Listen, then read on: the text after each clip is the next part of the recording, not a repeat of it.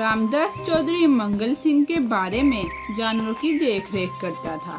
चौधरी मंगल सिंह दौलत इकट्ठी करने के जोश में इतना लालची हो चुका था कि लाल हराम की तमीज छोड़ उसकी उम्र 50 वर्ष की होने को आ गई थी, मगर उसने अभी तक शादी नहीं की थी। मंगल सिंह ने लूट मार और मनमानी करके गांव वालों से जो भी दौलत इकट्ठी की थी, उसमें उसकी बहन लाडो रानी बराबर की शरीक थी। वो उम्र में मंगल सिंह से बड़ी थी। अरे ओ मंगल सिंह, क्या तुझे कुछ अपनी भी होश है? ये जो लूट मार करके और अपनी मनमानी करके तूने दौलत इकट्ठी कर रखी है, क्या ये गधों के काम आएगी या मंदिर के पुजारी इस पर ऐश करेंगे? अरे ओ रानी, ये क्या कहानियाँ सुना रही हो? जब भी देखो कोई नई पसूड़ी बना कर रखती हो मेरे लिए। जो भी बात है वो खुलकर बता। मेरे लिए कौन सा बड़ा मार का मार लिया तुमने, जो सुबह सुबह ही मुझे लेक्चर देना शुरू हो गई? अरे देख मंगल, मैं तो बस इतना ही कह रही थी कि तू शादी कर ले। तेरी इस दौलत जायदाद का कोई वाली वारिस तो होना चाहिए ना। देख रानी, अब इस उम्र में मुझे कौन रिश्ता देगा? कौन लड़की मेरे साथ शादी करेगी? जब भी देखो कोई नई बात ही लेकर आ जाती हो। अरे मंगल, मेरी बात पर जरा कान तो धर। गांव में बहुत से गरीब हैं जिन्होंने तुमसे ब्याज पर कर्ज ले रखा है। देख ले किसी की सुंदर और जवान सी लड़की और रिश्ता मांग ले उससे। मेरी अकल अब इतना काम नहीं करती। दौलत कमा कमा कर मेरी तो मत ही मारी गई। ये तो मैंने कभी सोचा ही नहीं। देख, तू मेरी बड़ी बहन है, तू ही कोई चक्कर चला ना मेरी शादी का। दूसरी तरफ रामदास चौधरी के बारे में काम करने के लिए आता है। ओ रामदास, आज बड़ी देर से आए हो काम पर। बस क्या बताऊं, घर पर पायल की तबीयत कुछ ठीक नहीं थी। इसकी देखरेख में कितना समय गुजर गया पता ही नहीं चला। तो फिर कैसी है पायल बेटी? बस हल्का सा बुखार था, अब पहले से काफी बेहतर है। अरे रामदास, मेरी बात सुन, बातों बातों में भूल गया।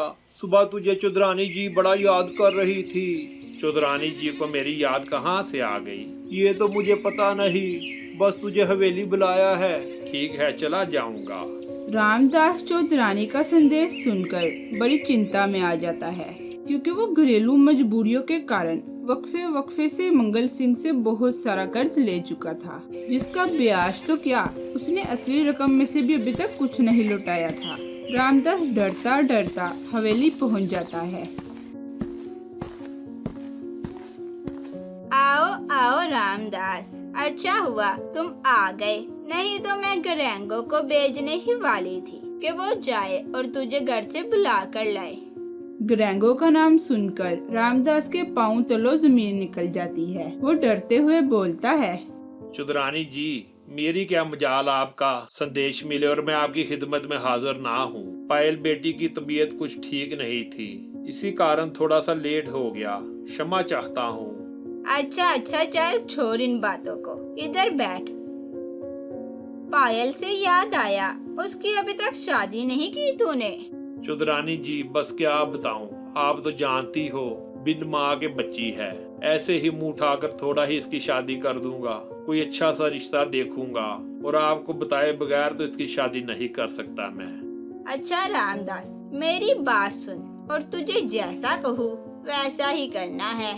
तूने मंगल सिंह का बहुत सारा कर्ज देना है ना? तुम हमारे मेहनती और वफादार नौकर हो, इसलिए कभी तुम पर अत्याचार नहीं किया। बस तू ऐसा कर, पंडित से कोई अच्छा सा मुहूर्त निकलवा और चौधरी मंगल सिंह के साथ पायल का ब्याह रचा दे। बस तुम्हारा सारा लिया हुआ कर्ज भी माफ हो जाएगा और मंगल से कहकर ना 20 बीघा जमीन भी तुम्हारे नाम करवा दूंगी, जिससे तुम्हारी सारी जिंदगी संवर जाएगी। आराम से बैठकर खाओगे तुम, और ये जो अच्छा सा लड़का ढूंढने का रोना रो रहे हो ना, वो भी खत्म हो जाएगा। चौधरी की बरादरी में तेरा नाम आ जाएगा। चौधरानी बड़े घमंड के साथ सारी बात रामदास से कह देती है, जिसे सुनकर रामदास खौफ से थर थर कांपता हुआ घर आ जाता है और सारी बात पायल को बताता है। देखें पिताजी, आप चिंता मत करें, इसका भी कोई ना कोई उपाय हो जाएगा। पायल ये कहकर अपने पिता को तसल्ली देती है और दोनों खाना खाकर सो जाते हैं।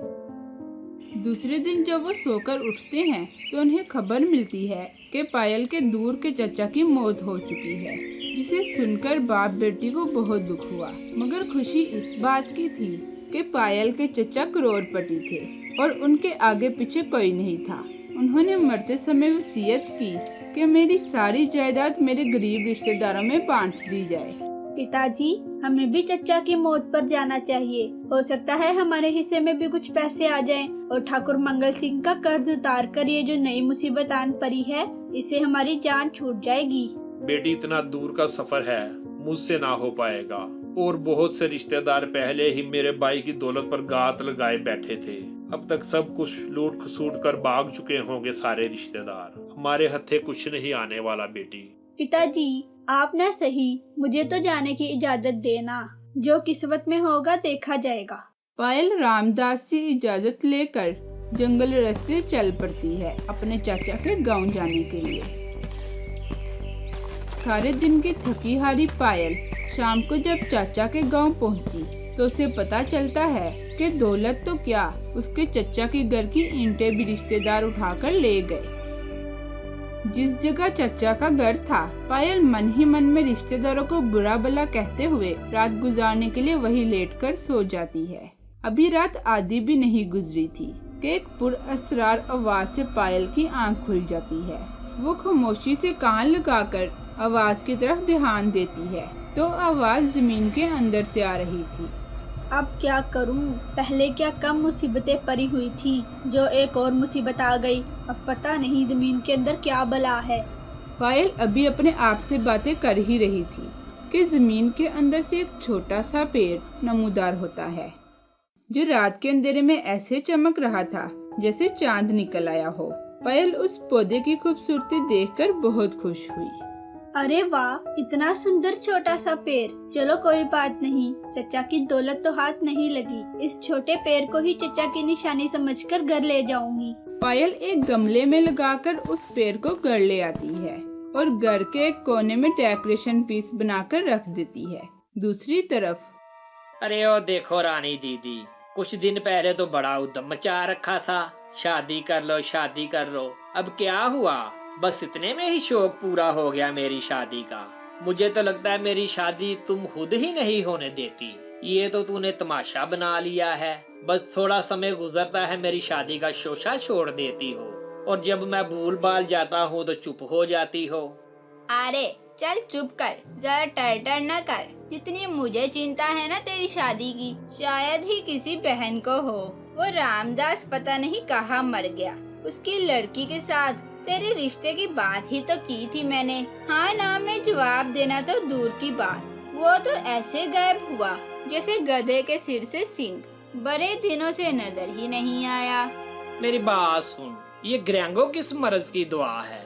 इसे मुफ्त में रोटियां तोड़ने के लिए रखा हुआ है क्या? जा ग्रेंगो, जा उस रामदास को ढूंढ कर ला। किस बिल में छुपा बैठा हुआ है वो? और एक बात सुन मेरी, अगर वो डर के मारे कहीं छुपा हुआ है तो इसे थोड़ा सा हौसला ही दे देना। रिश्तेदारी जो करनी है अब इसके साथ, जानवरों जैसा बर्ताव मत करना इसके साथ। बस थोड़ा सा प्यार दिखाना, किसी तरह बहला फिसला कर ले आ इसे रानी दीदी के पास। बाकी सारा मामला रानी दीदी खुद ही संभाल लेगी। जी चौधरी जी, ढूंढ लाता हूँ इस कमबख्त को। वो कहीं पताल में भी छुपा हुआ बैठा हो तो इसे भी निकाल लाऊंगा चौधरी जी। ये कहकर ग्रेंगो रामदास को ढूंढता हुआ उसके घर आ जाता है।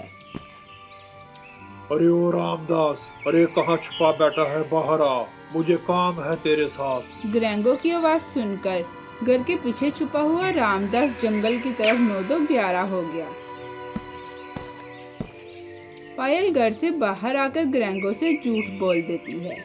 ग्रेंगो चचा, रामगढ़ पिताजी की फुफ्फी की मौत हो गई है। पिता कुछ दिनों के लिए वहाँ चले गए। मैं उनके घर आते ही आपका संदेश दे दूंगी उन्हें। देख पायल, मुझे उल्लू मत बना।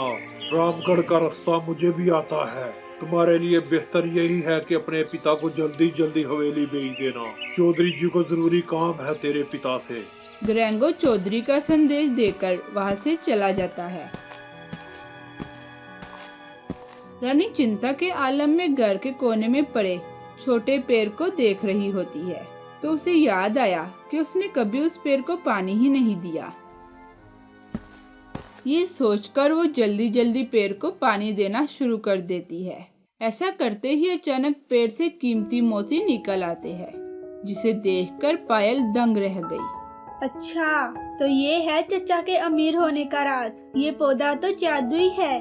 खुशी के मारे उसकी आंखों में आंसू आ जाते हैं। पायल ने जल्दी जल्दी कीमती हीरे समेटे और सुनार के पास बेच देती है, जिससे उसे ढेर सारे पैसे मिलते हैं, जिन्हें लेकर वो घर आ गई।